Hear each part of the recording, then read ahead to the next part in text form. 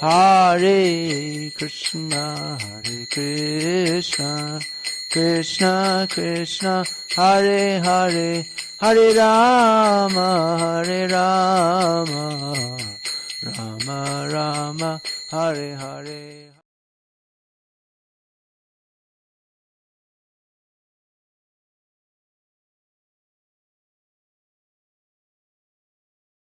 Srimad Bhagavad Gita, as it is, translation and commentary by His Divine Grace A.C. Bhakti Vedanta Swami Prabhupada, Chapter 7, Text 16.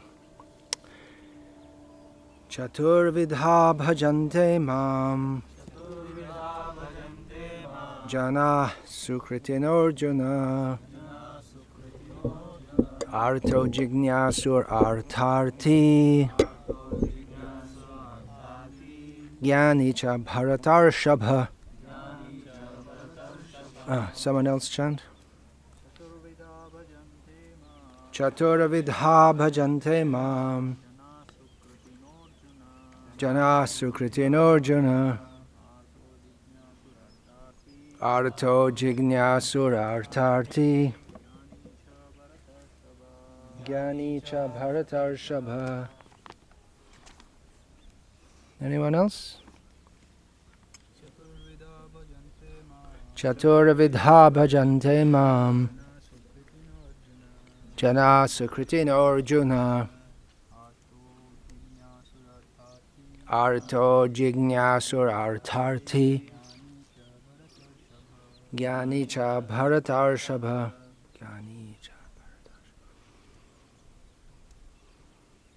Anyone? Chaturvidha bhajante mam jana sukritin arjuna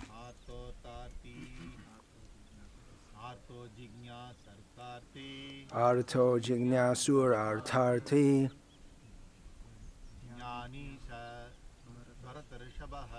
Jnani cha bharatarshabha. Chaturvidha bhajante mam jana sukritin arjuna arto jignasur artharti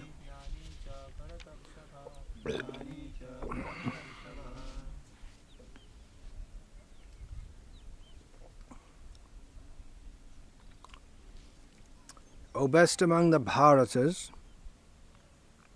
4 kinds of pious men begin to render devotional service unto me. The distressed, the desirer of wealth, the inquisitive, and he who is searching for knowledge of the Absolute.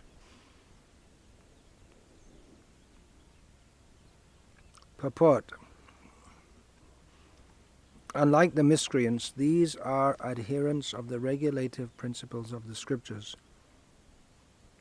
and they are called Sukritinaha, or those who obey the rules and regulations of scriptures, the moral and social laws, and are more or less devoted to the Supreme Lord. Out of these there are 4 classes of men: those who are sometimes distressed, those who are in need of money, those who are sometimes inquisitive, and those who are sometimes searching after knowledge of the Absolute Truth. These persons come to the Supreme Lord for devotional service under different conditions. These are not pure devotees because they have some aspiration to fulfill in exchange for devotional service. Pure devotional service is without aspiration and without desire for material profit. The Bhakti Rasamrita Sindhu defines pure devotion thus: Anyabhilashita shunyam jnana karma dhyanavritam anukulyena krishnanushilanam bhaktirutama. One should render transcendental loving service to the Supreme Lord Krishna favorably and without desire for material profit or gain through fruitive activities or philosophical speculation. That is called pure devotional service. When these 4 kinds of persons come to the Supreme Lord for devotional service and are completely purified by the association of a pure devotee, they also become pure devotees. As far as the miscreants are concerned, for them devotional service is very difficult because their lives are selfish, irregular, and without spiritual goals. But even some of them, by chance, when they come in contact with a pure devotee, also become pure devotees. Those who are always busy with fruitive activities come to the Lord in material distress, and at that time associate with pure devotees and become, in their distress, devotees of the Lord. Those who are simply frustrated also come sometimes to associate with the pure devotees and become inquisitive to know about God. Similarly, when the dry philosophers are frustrated in every field of knowledge,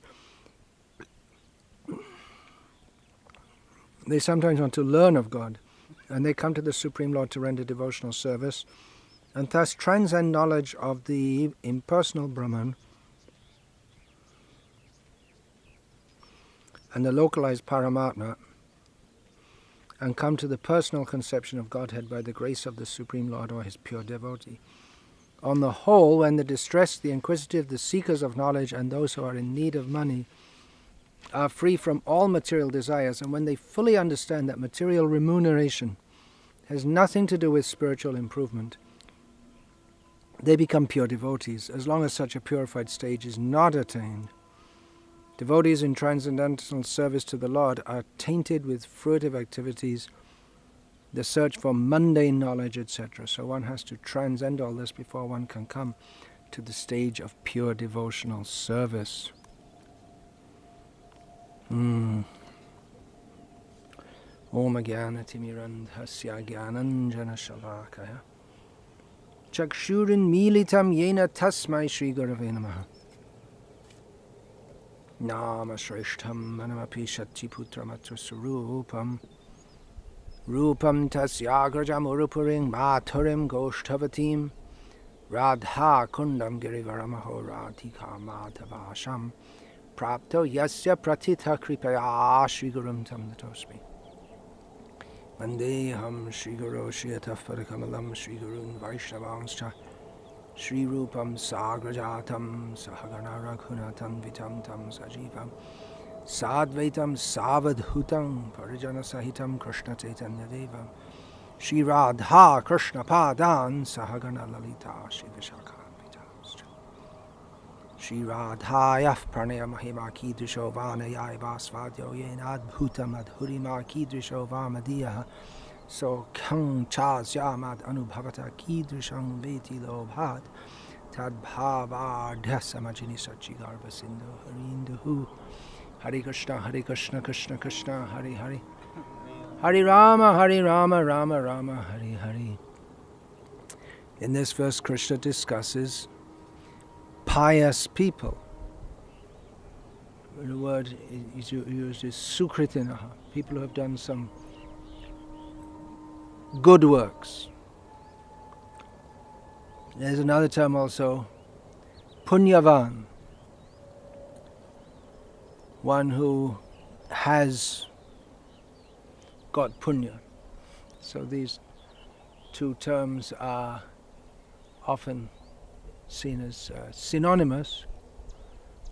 Punya is generally understood to mean material piety, as distinguished from pure devotional service. So pious people come to Krishna, and impious people don't come to Krishna.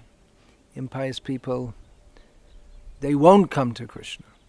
Matena Krishna paratasvato vamito bibhadyeta grihavratanam adanta gobhir vishatang tamisram punah punas charvita charvananam. Persons who have decided that they're not going to be Krishna conscious don't become Krishna conscious.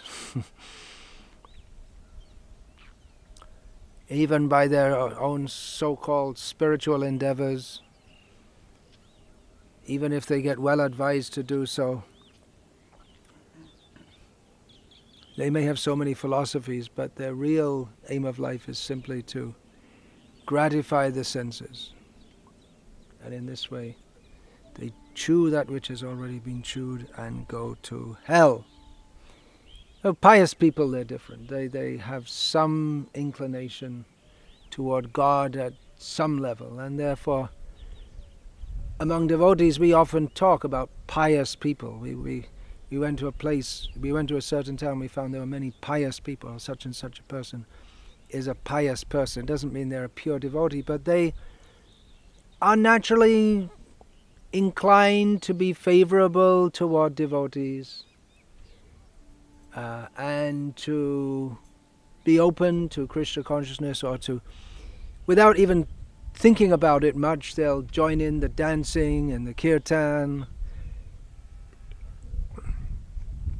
They'll happily take prasadam and enjoy it, whereas people who are impious, they don't like to take prasadam at all. So this is what I call a pious person. It means generally someone who's very simply and naturally accepts Krishna consciousness, or simply and naturally is inclined to turn toward God. Recently I saw some statistics which were put out by atheists in their ongoing battle with anti-atheists. I don't know if we should call those the Christians who are combating the atheists theists. They're very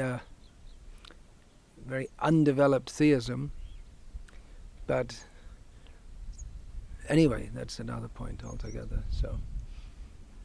So this presentation showed that, or it brought out the point that often theists, they say that, well, we have many scientists who are also theists, so it's not that science makes you automatically atheistic, or they profess that we have many scientists on our side, as if to justify that actually it's propaganda against the generally propagated idea that people who know science, they're more intelligent and they're more educated, and so they don't believe in God. It's only stupid people who believe in God. So this atheistic propaganda said that, although some scientists may believe in God, they gave statistics that the great majority don't, and that if you go a higher level of scientists, the higher level you get among them, the less percentage of theists there are among them. So therefore the conclusion is that the more intelligent you are, the less likely you are to believe in God, and there may be one or two very intelligent people but who do believe in God, but anyway, that's just an aberration. It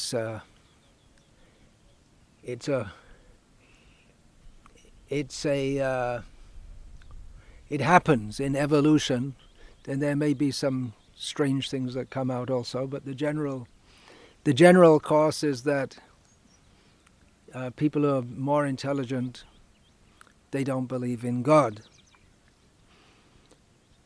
Now, of course, this begs the question that the education itself is atheistic. So the more educated you are in atheistic education, the more likely you are going to be atheistic. For instance, we find that among the Vaishnavas, who are definitely theistic in the best sense of the term,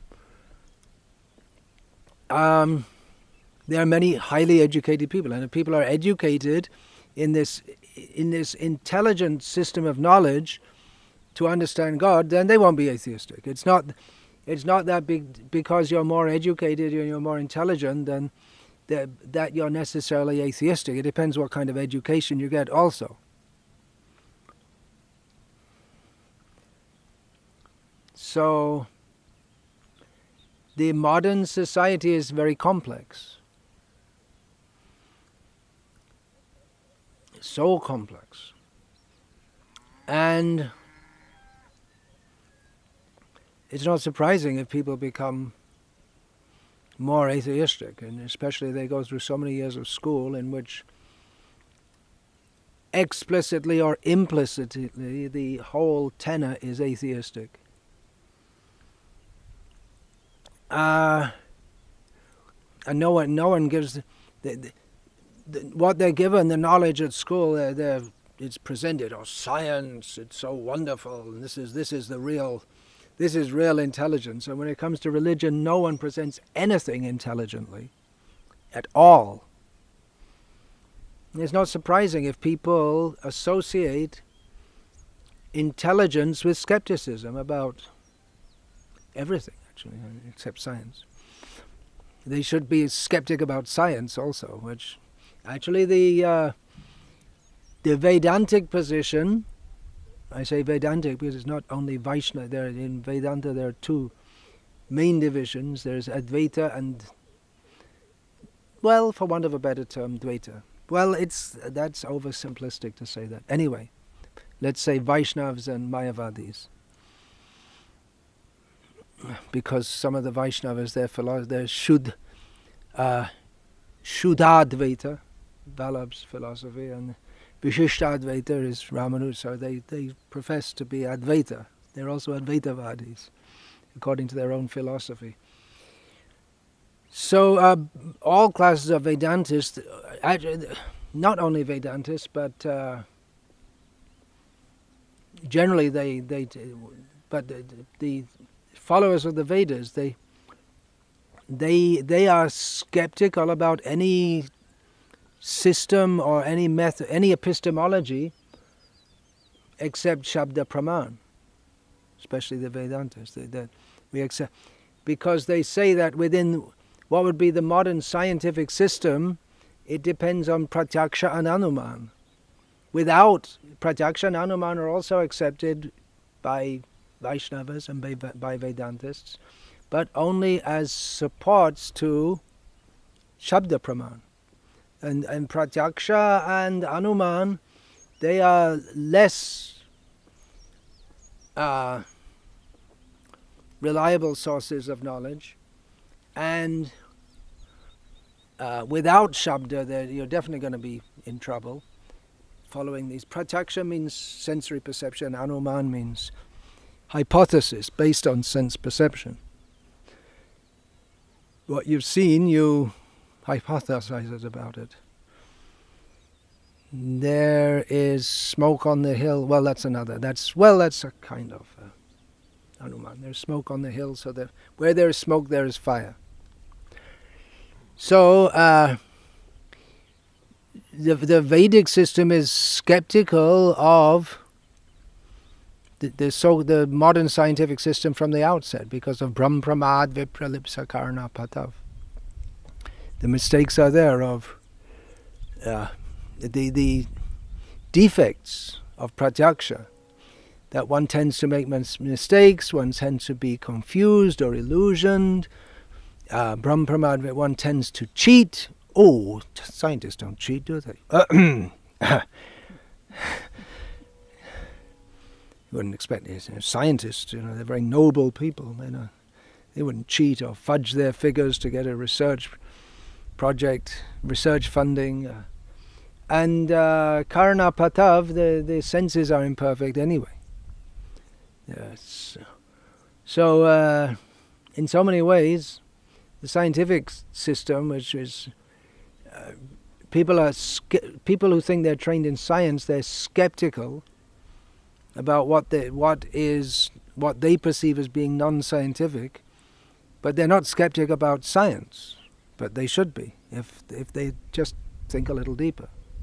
But they don't get to think that deeply because they don't come to the Vedic knowledge. So, generally we see that simple people, they're more open to Krishna consciousness, which suggests that it's the natural tendency of the living being to be pious, but modern education kills it.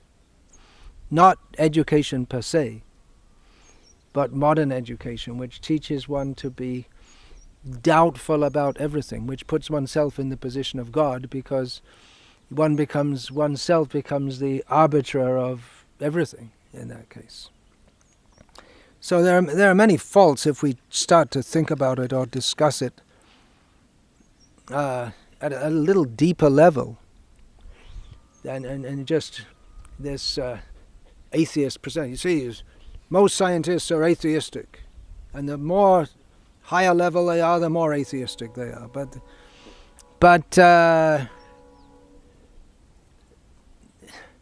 that's based on the premise that this education is that it actually reveals the nature of reality, and that one is actually more intelligent by being more educated. Well, in one sense you are. In one sense you are. If you're someone who's an atomic physicist, it's not everyone that can become an atomic physicist. You have to be intelligent, diligent, and be trained over many years. One has to be at a higher level of intelligence than most people. But the intelligence that is concentrated on the wrong thing is not very intelligent. Just like if your house is on fire and you're still looking through your microscope and saying, well, I'm making some wonderful discoveries here. In the meantime, you're going to burn down with your whole laboratory. Well, that's what's going on. The scientists are making all wonderful discoveries. In the meantime, Janma Mrityu Jara Vyadhi, their birth, death, old age, and disease, they are they're being crushed by the wheels of time. But they don't see Pashyanapi na Pashyati. They're so busy investigating what is ultimately superfluous. They take this world so seriously. It's like doing a PhD on the latrine or something like that. You go into someone's house and you have a beautiful house, and then the thing you're most interested in is the latrine, and you put all the emphasis, all your attention. Oh, what kind of latrine have you got? Oh, what a wonderful! Oh, beautiful, perfectly designed. Let's do a project here to study it, neglecting the whole of the rest of the house. That's what materialists are doing, because they're cockroaches in the commode. And therefore they think this toilet is the ultimate, the be-all, the end-all, and there's nothing beyond this. Beyond this toilet, there's nothing that exists. And I'm a highly educated cockroach, so don't argue with me. What do you mean? There's beyond this. What do you mean? There's nothing beyond. What are you talking about? Prove it. So. Simplicity by which one can take to devotional service. Otherwise, without that, one gets in trouble, as everyone always does in this material world, and then he blames God, or he says, well, that's proof there's no God, because if there was God, he wouldn't make troubles for me, he wouldn't make life. God means all good, and therefore, despite the fact that I'm killing animals and exploiting people and cheating people, and either in this life or a previous life, but surely God will do everything nice for me. Yeah, so they reject. There can't be any God. If there was any God, he wouldn't put me. I wouldn't be in this trouble. And when things go well, they say, well, what are you believing in God? What are you don't believe in God? See, I'm doing well. I don't believe in God. I don't need any God to help me. So it's the atheistic attitude. Whereas a person of theistic mentality, when things go well, he doesn't become puffed up and he thinks it's the mercy of God. And when things go bad, he also thinks it's the mercy of God. God is helping me to realize that this material world is not a nice place. He's given me a slight punishment for all the bad things that I've done. That's how a simple person thinks. He doesn't reject God because he's suffering in this world. So Sharalata, Bhakti Siddhanta Saraswati Thakur says, Sharalata, simplicity, is the first qualification of a Vaishnav. But that doesn't mean that one is stupid. It might mean that, in general, as we say, that pious people, we tend to see they are less educated, but that's a lot to do with the whole modern educational system rather than an intrinsic quality of of the conditioned soul, is that if they're stupid, they're pious and they believe in God. Is not necessarily true at all, although it might seem true in the modern milieu, in which education is to turn you into a demon. So, simplicity is required. Just simplicity, we generally think of it as not a good quality, but it is a good quality even for intelligent people, in which they can see, they can grasp the essence.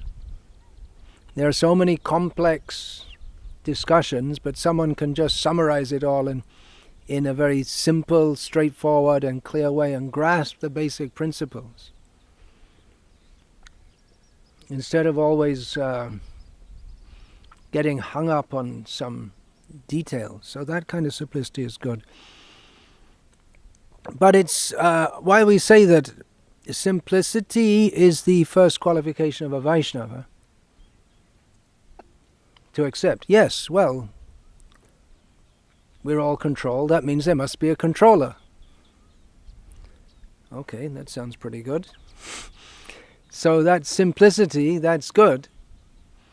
But one should not be credulous, in the sense that one shouldn't accept too easily everything. Otherwise, anyone can come along and say, well, oh, there's some pious people here. Well, they advertise themselves, well, I'm God, actually. And people believe. They're pious, but they're not very intelligent. Whereas an atheistic person would be skeptical. And say, well, God, wait a minute. How can you be God? You're just an ordinary person. So we should be simple enough to accept that there is the Supreme Lord. At the same time, we shouldn't be so simple and to think that blind faith is a good quality. Faith is a quality, no doubt. Shadhavan. What is that? That word comes up so many times. Shadhavan jan hoy bhakti adhikari. One who is faithful he is eligible to take to devotional service. Shadha vallabhate jnanam. One who is faithful can attain knowledge. That's true in any field, even in the field of mundane science. One should be simple, but not... that doesn't mean that one suspends one's intelligence. One realizes that God is beyond our intelligence to understand, but not totally and wholly. That's almost like the Islamic understanding of Allah is just so great and so beyond your ability to understand. Then who do you pray to? And what does it mean to believe in Allah? You're not even supposed. You can't even begin to think about Him because He's so beyond Him. There's no word Him, because He's not masculine or feminine or neuter. So it becomes so different. There's like extreme dualism. That there can be no relationship between God and us. So it almost comes to the point of atheism. Extreme dualism almost comes to the point of impersonalism, because he's not accepted as a person in the way that we are persons. We are persons also, and our personality takes from his personality. The other night in Secunderabad, Sunday night, after the class, one devotee asked me that, well, shouldn't we just accept our Guru? If our Guru's in parampara and we just follow? But they don't consider this verse. Evang parampara praptam imang rajashyo viduhu sakale neha mahata yogo nashta parantapa. This knowledge was received in parampara, in Guru-disciple succession, but in course of time it became spoiled and lost.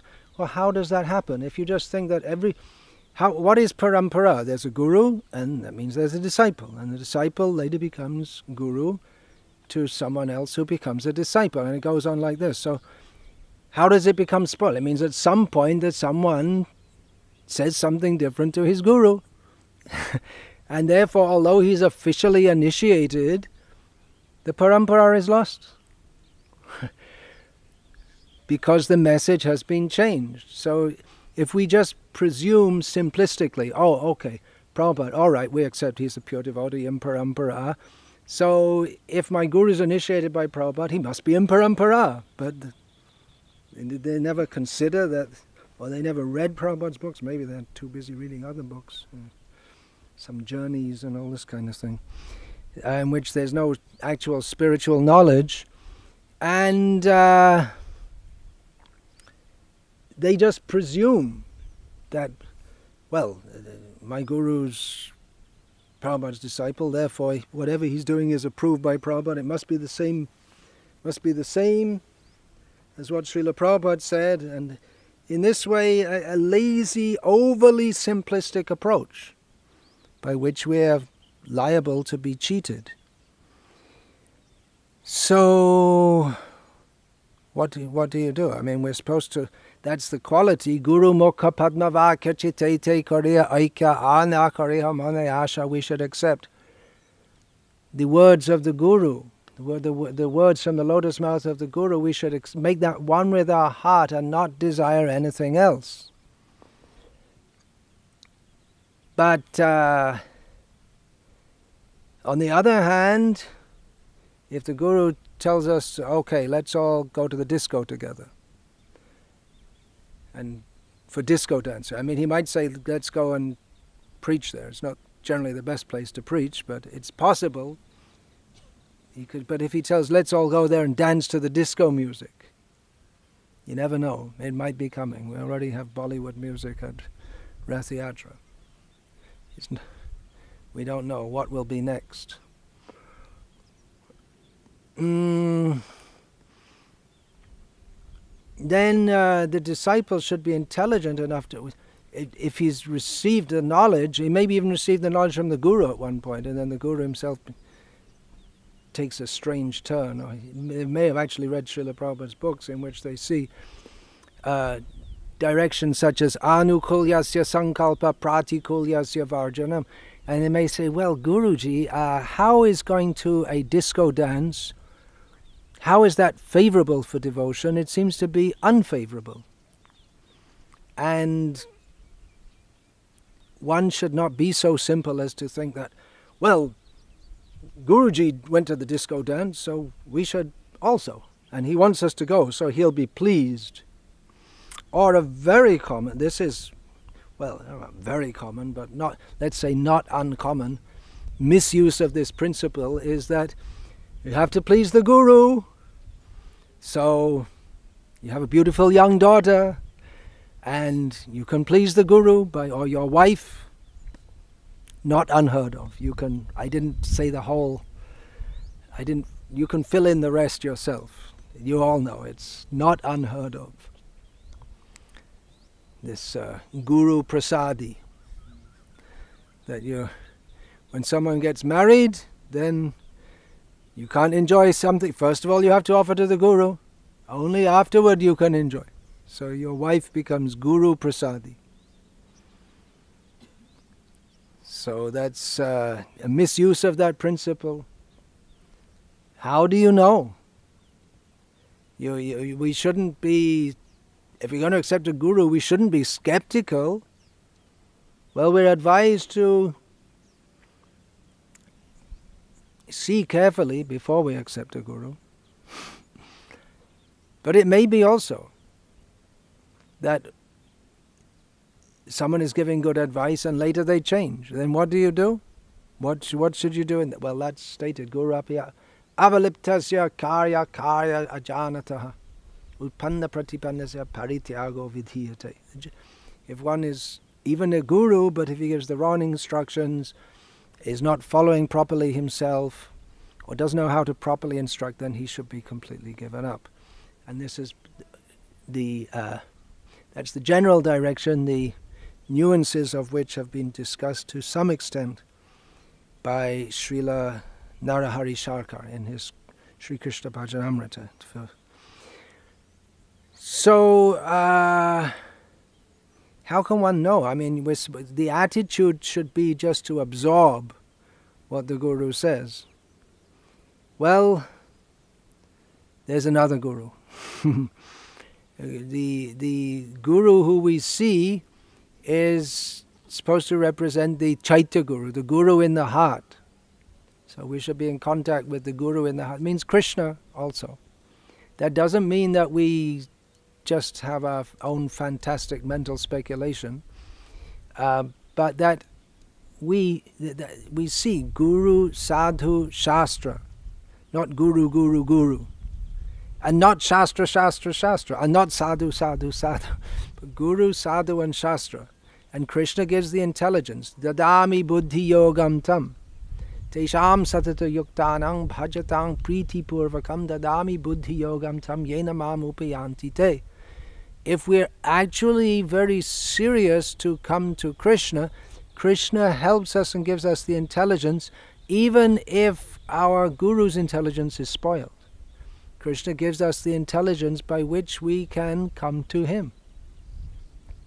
Even if someone was acting as a Guru and he's saying all the right things and doing all the right things, but then changes and the disciple may be intelligent enough to understand. He's changed, he's not on the right path. He may change also, some policy or some attitude or even some philosophical position. And that's more subtle. But for instance, we don't see nowadays in the Gauriya Sampradaya Svakiyavadis, those who promote that Krishna is married to the gopis. Though there were previously, and Jiva Goswami upholds Swakiyavad, whereas later Vishwanath Chakravarti Thakur corrects him, if you would. And from that time the whole Gauriya Sampradaya Parakiyavad is accepted, that Krishna and the gopis, they're not married. So which is true? Both.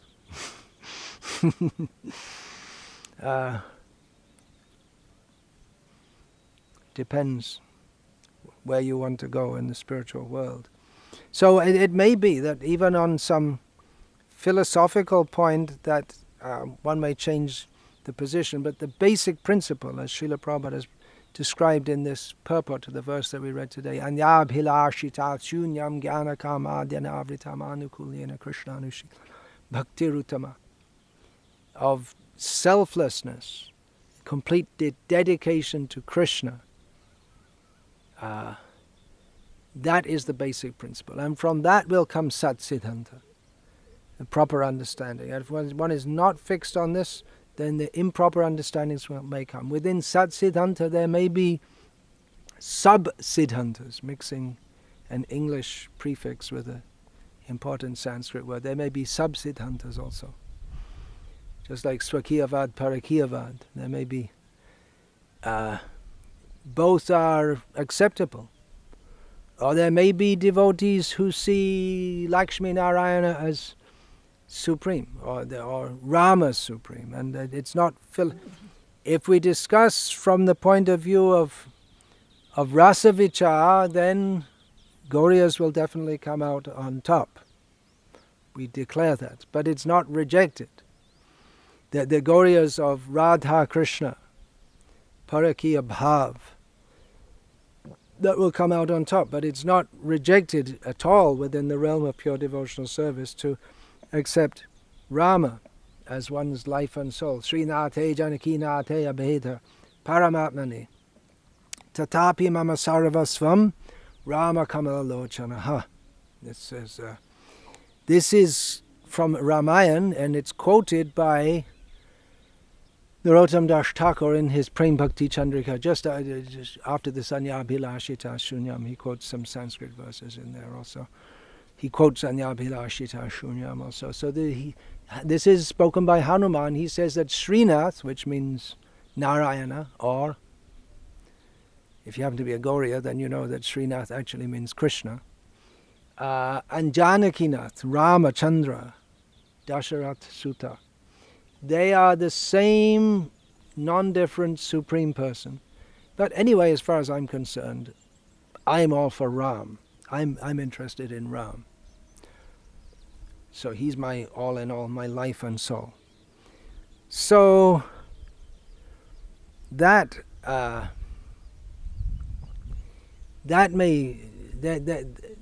Guru may change in some ways. He may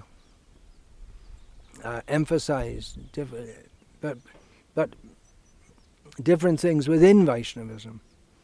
But then the principle of pure devotional service, he never compromises on that or misrepresents it. And Krishna gives the intelligence to see that. It is recorded in the Bhagavatam, the same Bhagavatam that states Guru Devatatma, that one should see Guru as just like God, Guru, and one's life and soul. So that's in Bhagavatam, and it's Samasta Shastra. It's stated in all Shastras. Sakshad Haridvena Samasta Shastraya Ruktastata Bhavyata Eva Sadbhi.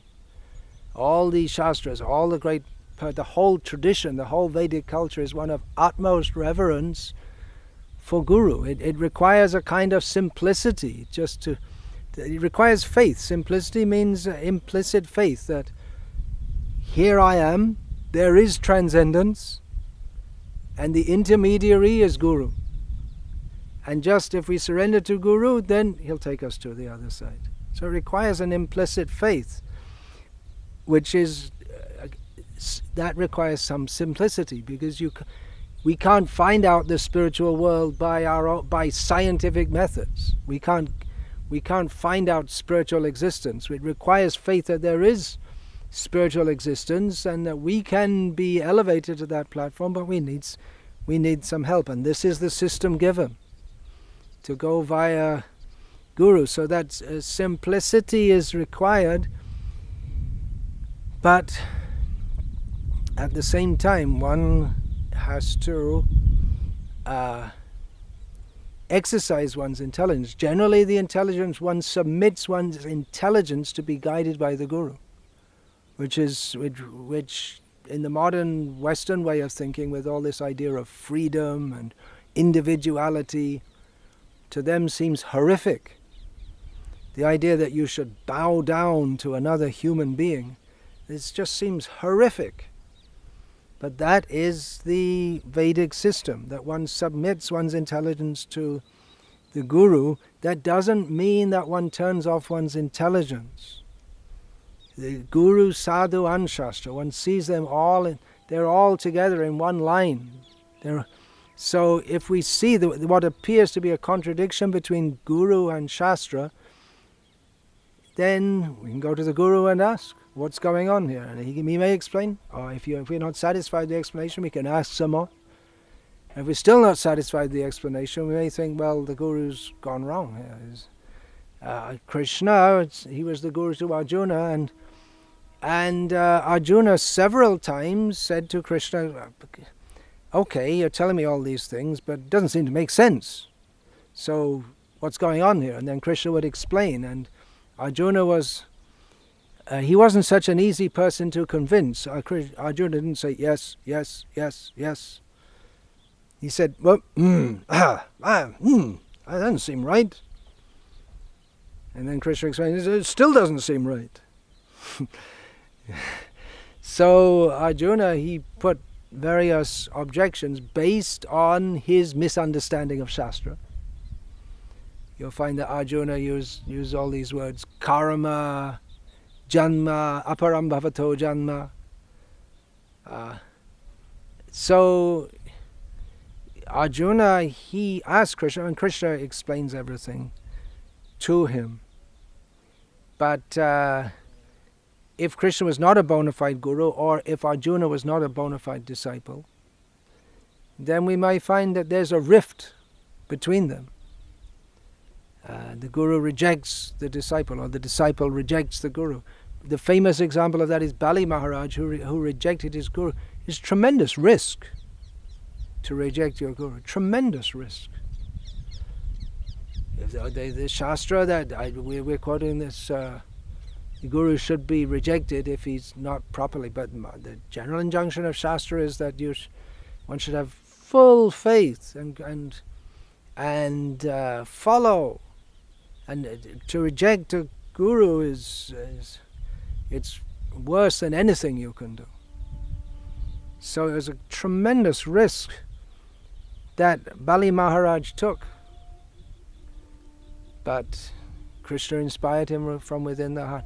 Because actually he had the formal guru of Shukracharya, but he was taking shiksha from who? Prahlad Maharaj. And Prahlad Maharaj was in Parampara. Who was he initiated by?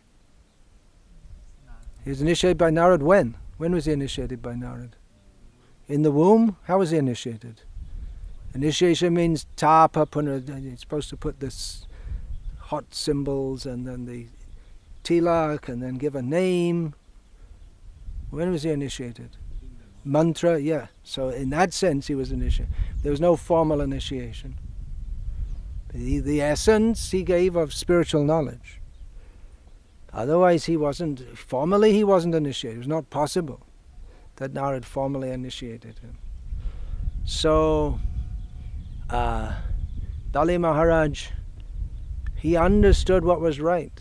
He was like Prahlad in the sense that he was living among the demons, but he understood what was right. He was secretly in his heart, he was maintaining the right understanding.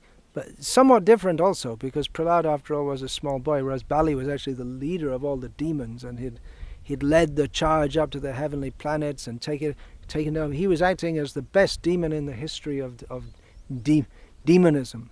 There wasn't much of a history at that time because the universe hadn't been going on long. But it's a standard thing that the demons attack the devas, and the devas win. But this time Bali Maharaj won, so he was really the best of all time. But in his heart he was doing it as a duty, but he was actually a Vaishnava. So at great risk he rejected his guru, but as a result he attained Krishna. If he had not done, then he wouldn't have attained Krishna. So the principle anukulyasya sankalpa pratikulyasya varjanam is in every sphere. Even one may reject one's guru, if necessary, to attain Krishna. Now this is also often misused, and we find in the Gauriya world there's a lot of disciple poaching. It's not much going on now. There was a lot going on when there were elderly Gauriya Mat sannyasis traveling around the world and presenting themselves as more advanced than everyone else. And if you're going to be Krishna conscious, you have to come to me. You won't get it through all these neophytes in ISKCON. That was the propaganda going on. So not much now, but that may be misused. This idea of you can reject your guru. One should be extremely cautious in such a matter. But again, one should not be so simple that one is misled. So simplicity is a good quality. But to be too simple, that one's simplicity is not tempered with intelligence, that is also dangerous. Krishna je bhaje she boro chotur. That's stated in the Krishna Ashtotara Shatanama. Used to be famous in Bengal. Nowadays, Bengal means, what is it? Naxal, Bam front on one side and Mamatar on the other, and who cares about Krishna?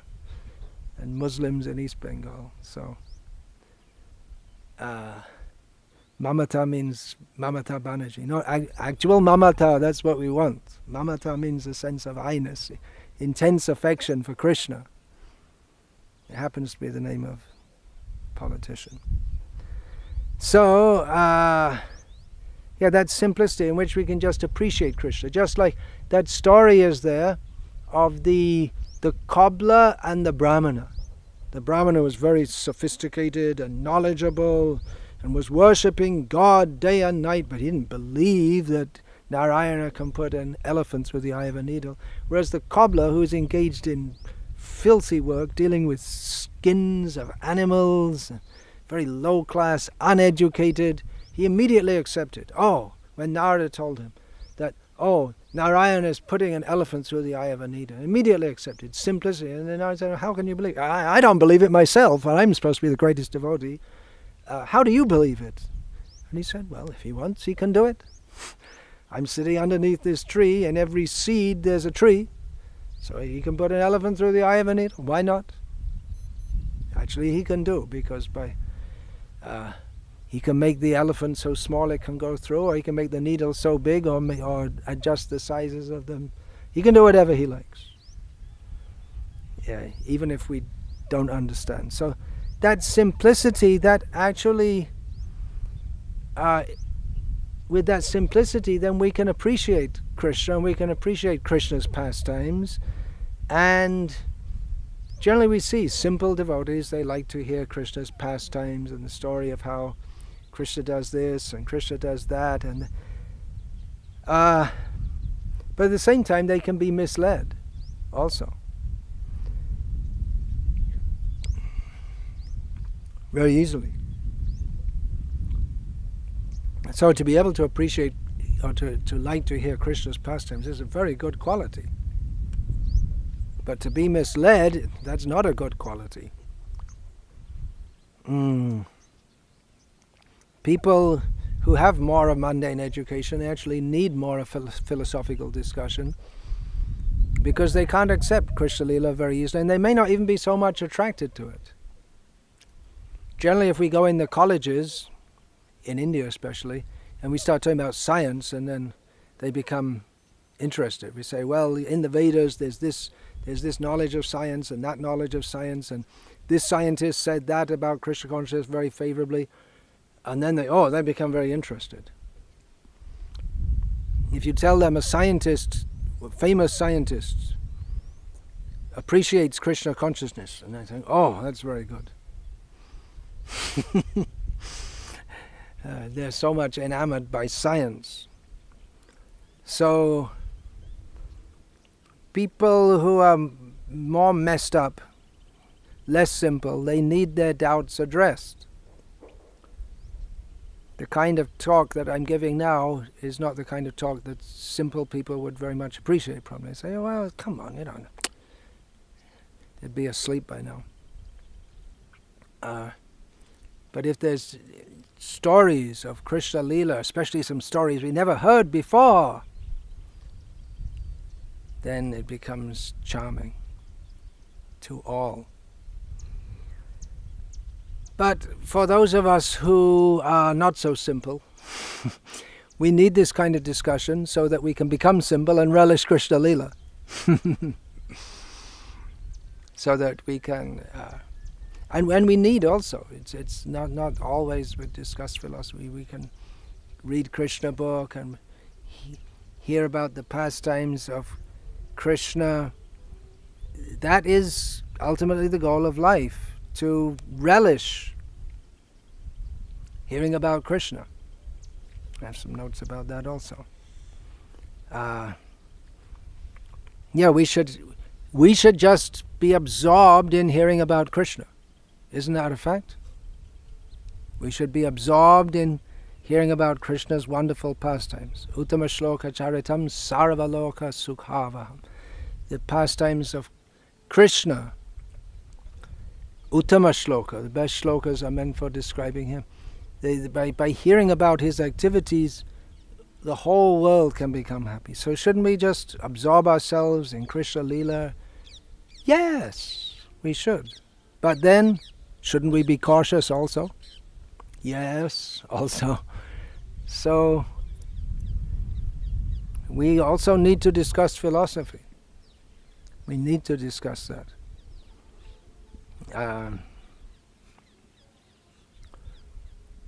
Both sides, because bhakti means bhakti Vedanta. Krishna himself is Vedanta Krit. He gave Vedanta. course, when I say the gopis, they're not big Vedantists. We just want to be like the gopis, but the gopis, they are big Vedantists. They come to this world and write the Shat Chandarbhas and Laghu Bhagavatamrita and so many philosophical works. But this, we may say, yeah, well, okay, well, let them do that. Let them come to this world and write Laghu Bhagavatamrita. I'll just stay in the spiritual world and steal Krishna's lunchbox. We may say like that. But they come to this world and give us this knowledge so that we may take advantage of that,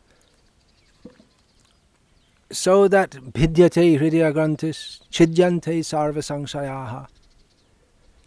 This is required. By hearing the Bhagavatam, all the attachments in the heart will be pierced, and the doubts will be slashed. So that's required. Therefore, tat shradadhana muniyo. Shradadhana means with faith. Faith is and simplicity. Faith and simplicity go together. But tat shradadhana muniyo. Muni, the thoughtful person, should be faithful also. You may think, well, that's a contradiction, but no. Tat shradadhana muniyo jnana vairagya yuktaya pashantyatmani chatmanam bhaktya shruta grihitaya. That bhakti is received through the knowledge of Shastra by a person who is both faithful and thoughtful. The two are not contradictory. They go together very well. Jnana vairagya. Often we see devotees who are very simple and they like to hear Leela, but there should be some vairagya also. If they're actually so advanced that they're relishing Krishna Leela, then it shouldn't be that after they listen to Krishna Leela, they go home and watch the cricket on TV, which we often see. That those who are very simple and they're not much interested in hearing philosophy, they like to hear stories of Krishna, but they don't manifest symptoms of actually being spiritually advanced. That it might seem that their relishing of the pastimes of Krishna is a sign of being spiritually advanced, but then you have to see what happens when they go home. Also, it may be that they may appear to be spiritually advanced.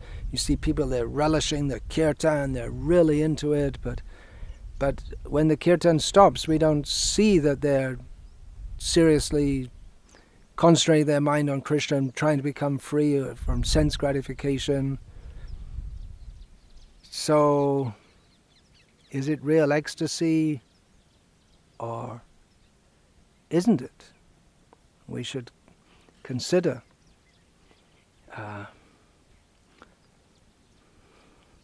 Bhakti Vedanta. I had some other points. Where are those?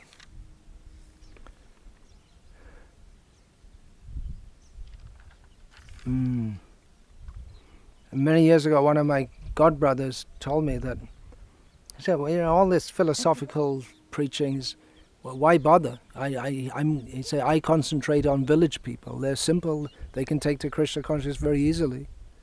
And they're, I'm paraphrasing a bit here.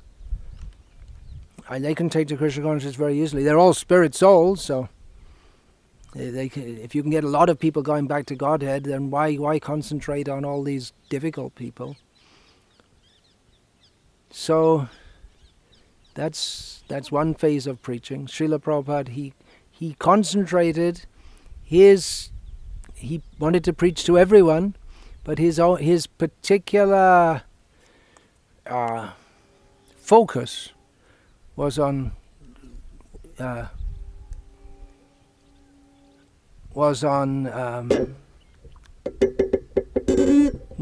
more intelligent. His books were meant for intelligent and sincere people, with the idea that if the intelligent come, then everyone else will follow.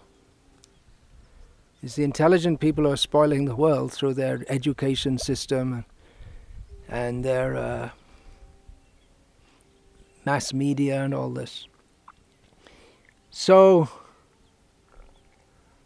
even if we preach to the simple people, And they'll take to Krishna consciousness very nicely, but mostly they're still bewildered by the misleading propaganda that comes from the misled intelligent people, from the education system, from the mass media. And so we find that even though many simple people may come, but they, without philosophical understanding, their anarthas will remain. Their misunderstandings will remain. So even if people are very simple, it's not that they're simple and they'll take to Krishna consciousness very easily, but it doesn't mean they don't have to have their misunderstandings straightened out. It's not that they're totally unintelligent, and their intelligence is misdirected. So that has to be addressed also. So definitely we want, the whole aim is to develop our heart's natural attraction to Krishna. But at the same time, we warn, fools rush in where angels fear to tread, the English saying, that we'll just march in, and then we'll march into the Rasa Leela and take it over. But no, we have to get the qualification, which means absolute purity.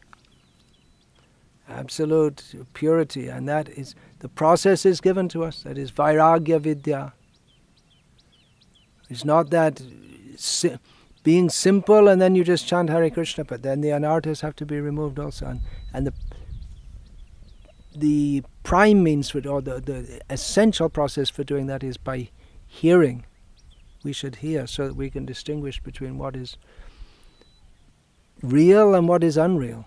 And that's what is there in Gita and Bhagavatam, and it may be in somewhat simplified form in, for instance, Chaitanya Bhagavat, or in Narottam Das Thakur's songs, which generally that would be read out to people, or they would sing, and uneducated people, village people in Bengal, not educated, they can't read and write, they would hear Chaitanya Bhagavat, they would sing the songs on Narottam. The message is there. The message is there. So it's not that that's neglected for anyone. It's not that just, okay, Leela, bus. Just, that's it. We love Krishna Leela. But the anarthas, they have to be addressed also. Anarthas, they come from ignorance, from which material desire. So all these things have to be discussed. Otherwise we tend to think that I'm a devotee, so everything I do is spiritual. My guru's a liberated soul, so it's my great good fortune if I can offer my newly married wife to him first and then take her as prasadam. People may think like that if they're not properly educated. Hare Krishna. Any question about this?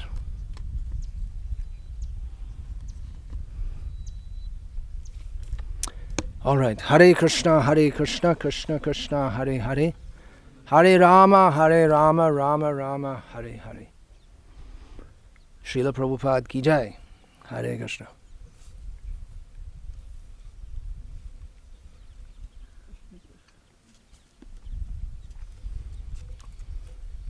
Okay, that's Gita